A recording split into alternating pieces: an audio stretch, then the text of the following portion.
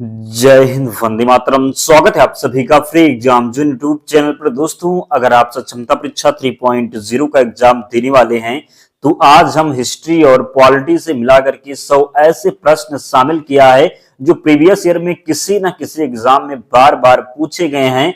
तो अगर आप इन प्रश्नों को याद कर लेते हैं तो निश्चित ही यहां से प्रश्न बनेगा आपके एग्जाम में। तो चलिए सेशन को प्रारंभ करते हैं और सर्वप्रथम हम पॉलिटी से 50 प्रश्न देखते हैं। भारतीय संविधान की झंडा समिति के अध्यक्ष कौन थे? तो भारतीय संविधान की झंडा समिति के अध्यक्ष थे डॉक्टर राजेंद्र प्रसाद। कौन थे? तो भारतीय संविधान की झंडा समिति के अध्यक्ष थे डॉक्टर राजेंद्र प्रसाद। भारतीय संविधान का प्रथम प्रारूप किसने तैयार किया था? Sir VN. राव के द्वारा भारतीय संविधान का प्रथम प्रारूप तैयार किया गया था। भारतीय संविधान के निर्माण काल में संविधान सभा के कुल कितने अधिवेशन हुए थे? तो 12 अधिवेशन हुए थे। कितने? तो भारतीय संविधान के निर्माण काल में संविधान सभा के कुल कितने अधिवेशन हुए थे? तो 12 अधिवेशन हुए थे। भारतीय संविधान सभा के संवैधानिक सलाहकार कौन थे? Sir VN. राव थे भारतीय संविधान सभा के संवैधानिक सलाहकार। भारत का संविधान कब स्वीकार किया गया? तो 26 नवंबर 1949 को भारत का संविधान जो है स्वीकार किया गया। कब? तो भारत का संविधान कब स्वीकार किया गया? तो 26 नवंबर 1949 को। भारतीय संघ में नए राज्य के गठन का प्रावधान किस अनुसूची में है? तो प्रथम अनुसूची में है भारतीय संघ में नए राज्य के गठन का प्रावधान। भारतीय संविधान में नवी अनुसूची को किस संविधान संशोधन के माध्यम से जोड़ा गया? तो प्रथम संविधान संशोधन था जिसके द्वारा भारतीय संविधान में नवी अनुसूची जोड़ी गई थी। आपने जिसने भी अब तक वीडियो को लाइक नहीं किया है, आप लोग जल्दी से वीडियो को लाइक कर दीजिए, क्योंकि हम वही प्रश्न लेकर के आते हैं जो एग्जाम में कई बार पूछे गए हैं। आपका समय बिल्कुल भी नष्ट नहीं करने वाले हैं। हम उन्हीं प्रश्नों को कराएंगे जो हूबहू एग्जाम में मिलेंगे। तो आप भी सपोर्ट करें ताकि हमारा भी मोटिवेशन बना रहे, हम आगे काम कर सकें। तो आप लोग वीडियो को जरूर लाइक कीजिए और चैनल को सब्सक्राइब कर लें और एक प्यारा सा कमेंट करके अंत में जरूर बताएं कि सेशन आपको कैसा लगा। यहाँ पर प्रश्न है कि राज्य का सबसे महत्वपूर्ण तत्व क्या है? तो संप्रभुता हो जाएगा। क्या? तो राज्य का सबसे महत्वपूर्ण तत्व है संप्रभुता। नए राज्य के गठन की शक्ति किसे प्राप्त है? तो संसद को प्राप्त है नए राज्य के गठन की शक्ति। भारत में केंद्र शासित प्रदेशों का प्रशासन किसके द्वारा किया जाता है? राष्ट्रपति के द्वारा। भारतीय संघ के अंतर्गत किसी राज्य को सम्मिलित करने का अधिकार किसे प्राप्त है? संसद को प्राप्त है। लोकसभा में केंद्र शासित प्रदेशों के लिए अधिकतम कितनी सीटें आरक्षित हैं? तो 20 सीटें आरक्षित हैं। केंद्र सरकार का प्रमुख कौन होता है? तो केंद्र सरकार का प्रमुख प्रधानमंत्री होता है। प्रधानमंत्री की नियुक्ति किसके द्वारा की जाती है? तो राष्ट्रपति के द्वारा प्रधानमंत्री की नियुक्ति की जाती है। किसके द्वारा? तो राष्ट्रपति के द्वारा प्रधानमंत्री की नियुक्ति की जाती है। भारत का प्रधानमंत्री सामान्यतः किस सदन का सदस्य होता है? लोकसभा का सदस्य होता है। भारत का प्रधानमंत्री जो सामान्यतः होता है कहाँ का सदस्य होता है? किस सभा का सदस्य होता है? किस सदन का सदस्य होता है? तो आप कहेंगे लोकसभा का सदस्य होता है। किसका? तो किस सदन का सदस्य होता है? तो लोकसभा का होगा। जवाहरलाल नेहरू की कैबिनेट में पहले गृह मंत्री तथा बाद में रक्षा मंत्री कौन बने? तो कैलाश नाथ काटजू। भारत के किस प्रधानमंत्री का विदेश में आकस्मिक निधन हुआ था? तो लाल बहादुर शास्त्री का। किसका? तो लाल बहादुर शास्त्री का। लोकसभा में 2 आंग्ल भारतीय सदस्य कौन मनोनीत करता था? तो भारत का राष्ट्रपति वर्तमान में समाप्त कर दिया गया है। निर्वाचित होने के लिए किसी व्यक्ति की न्यूनतम आयु कितनी निर्धारित की गई है? तो 25 वर्ष निर्धारित की गई है। कितनी? तो 25 वर्ष। उत्तर प्रदेश के पश्चात लोकसभा में सर्वाधिक सीटें किस राज्य में है? तो महाराष्ट्र में है। कहां पर? तो महाराष्ट्र में। उत्तर प्रदेश में 80 हैं। महाराष्ट्र का आपको कमेंट करके बताना है। क्षेत्रफल की दृष्टि से सबसे बड़ा लोकसभा निर्वाचन क्षेत्र लद्दाख हो जाएगा। क्या? तो लद्दाख इसका राइट आंसर है। प्राक्कलन समिति का कार्यकाल कितना होता है? तो प्राक्कलन समिति का कार्यकाल 1 वर्ष होता है। कितना? तो 1 वर्ष। लोकसभा के प्रथम अध्यक्ष कौन थे? जी.बी. मावलंकर थे लोकसभा के प्रथम अध्यक्ष। राज्यसभा के सदस्य का कार्यकाल कितने वर्ष का होता है? 6 वर्ष का होता है राज्यसभा के सदस्य का कार्यकाल। बजट की रूपरेखा किस विभाग के द्वारा तैयार की जाती है? तो आर्थिक कार्य विभाग के द्वारा बजट की रूपरेखा तैयार की जाती है। कोई विधेयक धन विधेयक है अथवा नहीं, इसका निर्णय कौन करता है? तो लोकसभा अध्यक्ष करता है। कोई विधेयक धन विधेयक है या नहीं, इसका निर्णय कौन करेगा? तो लोकसभा अध्यक्ष। अगर आप अब तक हमारे चैनल से नहीं जुड़े हैं तो सब्सक्राइब करके जरूर जुड़ जाएं, यहाँ पर निश्चित ही आपका बहुत ही फायदा होने वाला है। लोकसभा की प्रथम महिला अध्यक्ष कौन थी? तो मीरा कुमार राइट आंसर है। राज्यसभा के लिए नामांकित होने वाली प्रथम अभिनेत्री कौन थी? नरगिस दत्त इसका सही उत्तर क्या हो जाएगा? तो राज्यसभा के लिए नामांकित होने वाली प्रथम अभिनेत्री कौन थी? नरगिस दत्त। भारत के प्रथम दलित मुख्य न्यायाधीश कौन थे? न्यायमूर्ति के.जी. बालकृष्णन थे। कौन? तो न्यायमूर्ति के.जी. बालकृष्णन भारत के प्रथम दलित मुख्य न्यायाधीश थे। संविधान की व्याख्या करने का अंतिम अधिकार किसे है? तो सर्वोच्च न्यायालय को है। संविधान की व्याख्या करने का अंतिम अधिकार किसे है? तो सर्वोच्च न्यायालय इसका राइट आंसर है। राज्य का कार्यकारी एवं संवैधानिक प्रमुख कौन होता है? राज्यपाल होता है राज्य का कार्यकारी एवं संवैधानिक प्रमुख। राज्यपाल के वेतन और भत्ते किस निधि से दिए जाते हैं? तो राज्य की संचित निधि से दिए जाते हैं राज्यपाल के वेतन और भत्ते। योजना आयोग की स्थापना कब की गई? तो 15 मार्च 1950 को योजना आयोग की स्थापना की गई। वर्तमान में योजना आयोग को नीति आयोग कर दिया गया है, तो ये भी ध्यान रखेंगे। योजना आयोग के प्रथम अध्यक्ष कौन थे? तो पता है आपको, प्रधानमंत्री जो होते हैं वो योजना आयोग के अध्यक्ष होते हैं। तो 1950 में जब योजना आयोग की स्थापना हुई थी तब प्रधानमंत्री थे पंडित जवाहरलाल नेहरू, इसलिए पंडित जवाहरलाल नेहरू योजना आयोग के प्रथम अध्यक्ष थे। राष्ट्रीय विकास परिषद की अध्यक्षता कौन करता है? तो भारत का प्रधानमंत्री राष्ट्रीय विकास परिषद की अध्यक्षता करता है। नीति आयोग का अध्यक्ष कौन होता है? तो प्रधानमंत्री की बात करेंगे तो ये नीति आयोग के अध्यक्ष होते हैं। भारत के मुख्य चुनाव आयुक्त किसके द्वारा नियुक्त किया जाता है? तो भारत के मुख्य चुनाव आयुक्त की नियुक्ति की जाती है राष्ट्रपति के द्वारा। किसके द्वारा? तो भारत के मुख्य चुनाव आयुक्त की जो है नियुक्ति की जाती है किसके द्वारा? तो राष्ट्रपति के द्वारा। दल बदल निरोधक अधिनियम कब पारित किया गया था? तो 15 फरवरी 1985 को दल बदल निरोधक अधिनियम पारित किया गया था।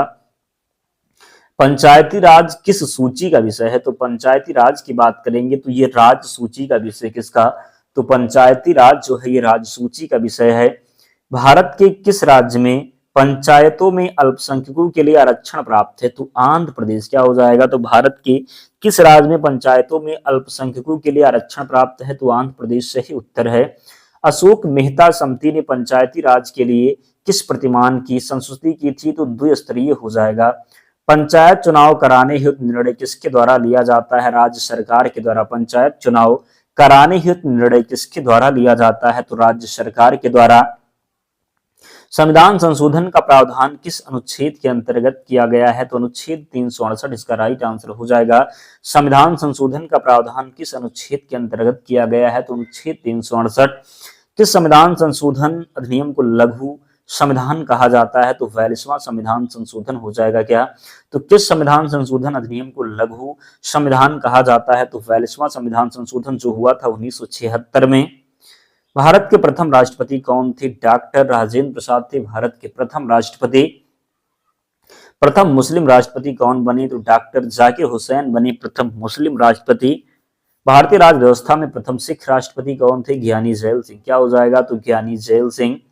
भारत के प्रथम उपराष्ट्रपति कौन थे? तो भारत के प्रथम उपराष्ट्रपति थे डॉक्टर सर्वपल्ली राधाकृष्णन। कौन? तो भारत के प्रथम उपराष्ट्रपति थे डॉक्टर सर्वपल्ली राधाकृष्णन। 8वीं अनुसूची में उल्लिखित प्रथम भाषा कौन सी है? तो असमिया हो जाएगा क्या? तो 8वीं अनुसूची में उल्लिखित प्रथम भाषा कौन सी है? तो असमिया इसका राइट आंसर है। भारत के प्रथम महिला प्रधानमंत्री कौन बनी? तो श्रीमती इंदिरा गांधी भारत की प्रथम महिला प्रधानमंत्री बनी। देखो दोस्तों 50 प्रश्न पॉलिटी के कंप्लीट हो चुके हैं। तो अगर आपने अब तक भी वीडियो को लाइक नहीं किया है तो अब जरूर लाइक कर दीजिए, चैनल को सब्सक्राइब कर लीजिए। अब हम देखेंगे हिस्ट्री से 50 प्रश्न। डेली हम हिस्ट्री और पॉलिटी से मिला करके 50-50 प्रश्न करवाएंगे, तो आप लोग जुड़ जाइए। यहाँ पर अगर आप डेली जुड़ते हैं और डेली वीडियो को देखते हैं तो विश्वास रखिए कि प्रश्न बाहर नहीं जाने दूंगा। अगला है आजाद हिंद फौज का गठन किस वर्ष किया गया?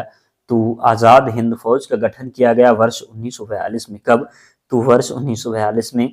आजाद हिंद फौज का विचार सर्वप्रथम किसने सुझाया था? मोहन सिंह ने। किसने? तो मोहन सिंह ने। नेताजी सुभाष चंद्र बोस ने स्वतंत्र भारत की अस्थायी सेना का गठन कहां पर किया था? सिंगापुर में। कहां पर? तो नेताजी सुभाष चंद्र बोस ने स्वतंत्र भारत की अस्थायी सेना का गठन कहां पर किया? तो सिंगापुर में। किस देश के द्वारा सुभाष चंद्र बोस को अंडमान एवं निकोबार द्वीप समूह सौंपा गया? तो जापान के द्वारा। किसके द्वारा? तो जापान के द्वारा। सुभाष चंद्र बोस को देश नायक की उपाधि किसके द्वारा प्रदान की गई थी? रविंद्रनाथ टैगोर के द्वारा। भारत छोड़ो आंदोलन के समय इंग्लैंड के प्रधानमंत्री कौन थे? विंस्टन चर्चिल था। कौन? तो भारत छोड़ो आंदोलन के समय इंग्लैंड के प्रधानमंत्री थे Winston Churchill. Doctor Rajendra Prasad को 9 अगस्त 1942 को गिरफ्तार करके कहां भेजा गया था? वांकीपुर जेल में। कहां पर? तो डॉक्टर राजेंद्र प्रसाद को 9 अगस्त 1942 को गिरफ्तार करके वांकीपुर जेल में भेजा गया था। भारत छोड़ो आंदोलन को किस नाम से भी जाना जाता है? तो अगस्त क्रांति के नाम से। किस नाम से? तो भारत छोड़ो आंदोलन को अगस्त क्रांति के नाम से भी जानते हैं। अगला प्रश्न है, भारत छोड़ो आंदोलन किसके नेतृत्व में किया गया? तो भारत छोड़ो आंदोलन किया गया किसके नेतृत्व में? तो महात्मा गांधी के नेतृत्व में किया गया भारत छोड़ो आंदोलन। अगला जो प्रश्न है पूछा गया है, द्वितीय विश्व युद्ध कब प्रारंभ हुआ था? तो द्वितीय विश्व युद्ध प्रारंभ हुआ था 1 सितंबर 1939 को। मुस्लिम लीग द्वारा पाकिस्तान दिवस कब मनाया गया था? तो मुस्लिम लीग के द्वारा पाकिस्तान दिवस मनाया गया 23 मार्च 1943 को। कब? तो 23 मार्च 1943 को। ध्यान रखेंगे, गलती नहीं करेंगे। अगला है, गांधी रिबन समझौता कब हुआ था? तो गांधी रिबन समझौता हुआ था 5 मार्च 1931 को। कब? तो गांधी रिबन समझौता हुआ था 5 मार्च 1931 को। गांधी रिबन समझौता में किस आंदोलन का स्थगन किया जाना प्रस्तावित था? तो सविनय अवज्ञा आंदोलन इसका राइट आंसर है। गांधी रिबन समझौता में किस आंदोलन का स्थगन किया जाना प्रस्तावित था? तो सविनय अवज्ञा आंदोलन इसका सही उत्तर हो जाएगा। भारतीय राष्ट्रीय कांग्रेस के प्रतिनिधि किस गोलमेज सम्मेलन में शामिल हुए थे? तो द्वितीय गोलमेज सम्मेलन में। किसमें? तो भारतीय राष्ट्रीय कांग्रेस के प्रतिनिधि किस गोलमेज सम्मेलन में शामिल हुए थे? द्वितीय गोलमेज सम्मेलन। द्वितीय गोलमेज सम्मेलन में कांग्रेस का प्रतिनिधित्व किसने किया? तो द्वितीय गोलमेज सम्मेलन में कांग्रेस का प्रतिनिधित्व किया था महात्मा गांधी ने। किसने? तो महात्मा गांधी ने। पूना पैक्ट किस वर्ग से संबंधित है? तो पूना पैक्ट जो है ये दलित वर्ग से संबंधित है। किससे? तो पूना पैक्ट दलित वर्ग से संबंधित है। अगला प्रश्न है, वी आर अंबेडकर पूछा गया है कि वी आर अंबेडकर व गांधी जी के मध्य कौन सा समझौता हुआ था? तो वी आर अंबेडकर और गांधी जी के मध्य हुआ था पुणे समझौता। क्या हुआ था? तो पुणे समझौता हुआ था। दलित वर्गों का संघ किसने स्थापित किया था? डॉक्टर वी आर अंबेडकर के द्वारा दलित वर्गों का संघ जो है स्थापित किया गया था। खिलाफत आंदोलन के प्रमुख नेता कौन थे? शौकत अली, मोहम्मद अली जो थे ये खिलाफत आंदोलन के प्रमुख नेता थे। भारतीय राष्ट्रीय कांग्रेस ने पहला असहयोग आंदोलन किस वर्ष बात करेंगे प्रारंभ किया था? प्रश्न जो पूछा गया है कि भारतीय राष्ट्रीय कांग्रेस ने पहला असहयोग आंदोलन किस वर्ष प्रारंभ किया था? तो वर्ष 1920 में। कब? तो वर्ष 1920 में। असहयोग आंदोलन के दौरान किस व्यक्ति ने अपनी वकालत छोड़ दी थी? चित्तरंजन दास ने। किसने? तो चित्तरंजन दास ने। स्वराज का नारा गांधी जी ने कब दिया था? तो असहयोग आंदोलन के समय स्वराज का नारा दिया था गांधी जी ने। गांधी के राजनीतिक गुरु कौन थे? गोपाल कृष्ण गोखले की बात करेंगे तो ये गांधी जी के राजनीतिक गुरु थे। भारत के स्वतंत्रता संघर्ष के दौरान सबसे पहले सत्याग्रह किसने किया था? महात्मा गांधी ने। किसने? तो महात्मा गांधी ने। किसने कहा था कि विदेशी वस्तुओं की बर्बादी ही उनके साथ सर्वोत्तम व्यवहार है? तो महात्मा गांधी ने कहा था। क्या? तो किसने कहा था कि विदेशी वस्तुओं की बर्बादी ही उनके साथ सर्वोत्तम व्यवहार है? तो महात्मा गांधी। महात्मा गांधी को सर्वप्रथम राष्ट्रपिता कहकर किसने संबोधित किया था? सुभाष चंद्र बोस ने। किसने? तो महात्मा गांधी को सर्वप्रथम राष्ट्रपिता कहकर किसने संबोधित किया था? सुभाष चंद्र बोस ने। मुस्लिम लीग की स्थापना कहां हुई थी? तो ढाका में। कहां पर? तो ढाका में मुस्लिम लीग की स्थापना हुई थी। मुस्लिम लीग का प्रथम अध्यक्ष कौन था? तो आगा खान था मुस्लिम लीग का प्रथम अध्यक्ष। वर्ष 1907 में मुस्लिम लीग का वार्षिक अधिवेशन कहाँ आयोजित हुआ था? कराची में। कहां पर? तो वर्ष 1907 में मुस्लिम लीग का वार्षिक अधिवेशन कहाँ आयोजित हुआ था? तो कराची में। स्वदेशी आंदोलन का आलोचक तथा पूर्व व पाश्चात्य के मध्य एक बेहतर संबंध का समर्थक कौन था? रविंद्रनाथ टैगोर। स्वदेशी आंदोलन के प्रचार प्रसार के लिए प्रयोग की गई द बंगाली पत्रिका के संपादक कौन थे? सुरेंद्रनाथ बनर्जी। जतिन दास किस आरोप में बंदी बनाए गए थे? तो लाहौर षड्यंत्र में। कहां पर? तो जतिन दास किस आरोप में बंदी बनाए गए थे? तो लाहौर षड्यंत्र में। जेल में भूखे हड़ताल के कारण सबसे पहले किस स्वतंत्रता संग्राम सेनानी की मृत्यु हुई थी? तो जतिन दास की। किसकी? तो जेल में भूख हड़ताल के कारण सबसे पहले किस स्वतंत्रता संग्राम सेनानी की मृत्यु हुई थी? तो जतिन दास। सर्वप्रथम किस महिला ने भारतीय तिरंगा फहराया था? भिखाजी रुस्तम कामा ने। किसने? तो सर्वप्रथम किस महिला ने भारतीय तिरंगा फहराया था? तो भिखाजी रुस्तम कामा ने। भारतीय क्रांति की मां किसे कहा जाता है? भिखाजी रुस्तम कामा को। श्यामजी कृष्ण वर्मा ने इंडियन होम रूल सोसाइटी की स्थापना कहाँ की थी? लंदन में। कहां पर? तो लंदन में। कामागाटा मारू प्रकरण किस देश से संबंधित है? कनाडा से संबंधित है कामागाटा मारू प्रकरण। भारतीय राष्ट्रीय कांग्रेस की पूर्ववर्ती संस्था किससे माना जाता है? तो इंडियन एसोसिएशन को। किसे? तो इंडियन एसोसिएशन को। राजनीतिक सुधारों को लेकर विरोध करने वाले पहले भारतीय कौन थे? सुरेंद्रनाथ बनर्जी। भारत संघ के संस्थापक कौन से? तो सुरेंद्रनाथ बनर्जी। हाली पद्धति किससे संबंधित थी? तो बंधुआ मजदूरी से। किससे? तो बंधुआ मजदूरी से। अगला प्रश्न है, बहुजन समाज के संस्थापक कौन थे? तो मुकुंद राव पाटिल हो जाएंगे। बहुजन समाज के संस्थापक कौन थे? तो मुकुंद राव पाटिल।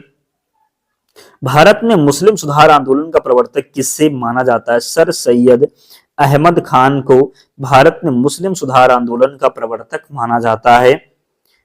गुलामगिरी पुस्तक के लेखक कौन हैं? ज्योतिबा फुले की बात करेंगे तो ये गुलामगिरी पुस्तक के लेखक हैं।